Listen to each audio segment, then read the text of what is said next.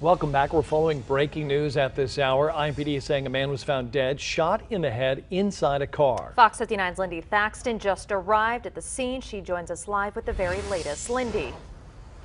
And Scott and Kristen, here is where that happened. We are at the very back of an apartment complex, the Pangea Apartments. This is on 33rd Street. We're in the 3300 block. To tell you better where that's at, we're pretty much right along Keystone Avenue. I'd say there are probably about 8 to 10 IMPD officers here at this point. This whole section of parking lot has been blocked off. This call came in at 5:17 this morning.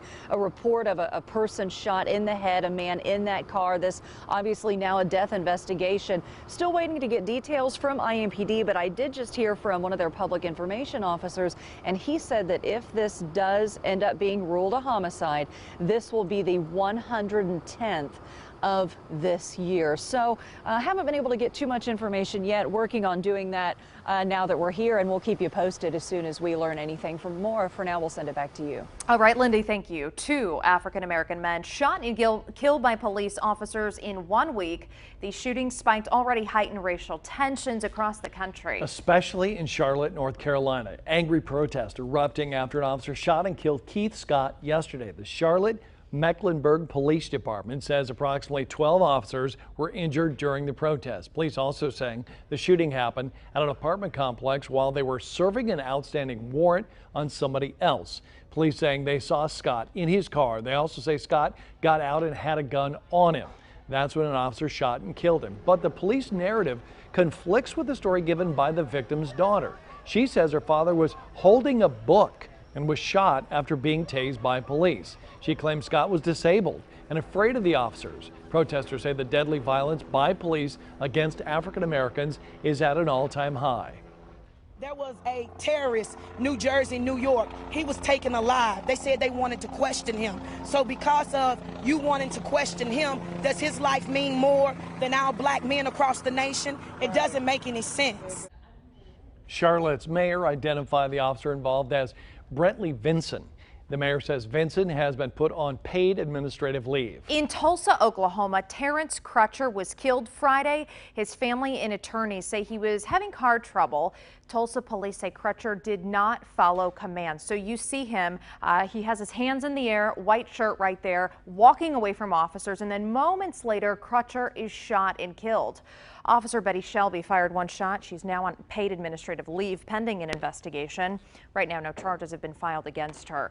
Police helicopter video shows Crutcher with his hands up as he backs up to his vehicle right there, and then seconds later, 1 officer deploys his taser. At the same time, Shelby fires that single shot to Crutcher's chest. Shelby's attorney says she was afraid he was reaching for a weapon.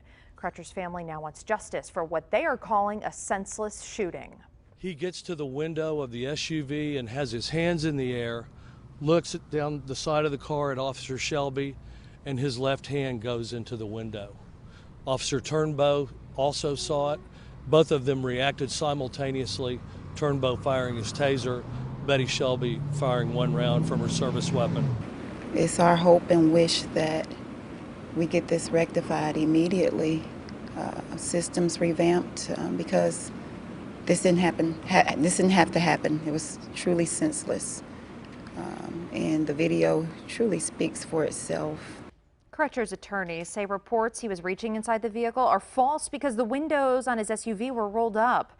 The FBI and the Justice Department are now both investigating. Local law enforcement are trying to calm racial tensions in central Indiana after recent outbreaks of police shootings. Hoosiers sat down with officers and community leaders to talk about police and race relations. The goal of the event was to bring an open and honest conversation about what's happening across the country.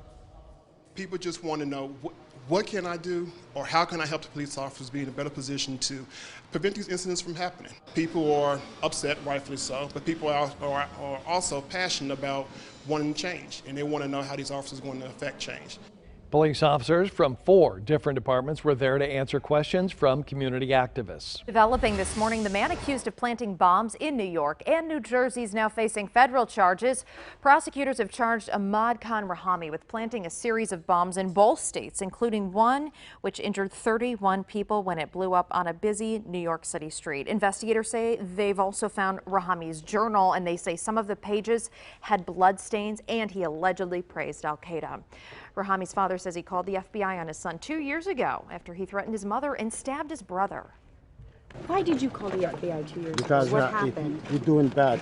He's doing bad? What did he do bad? He stabbed my son, he hit my wife, and I put him in the jail 2 years ago. Authorities say Rahami was not on a terror watch or no-fly list. An FBI official says there's no reason to believe he was part of a larger terror cell plot. 6:14 on your Wednesday morning. Let's check out traffic. Here is our traffic authority, Britt Baker.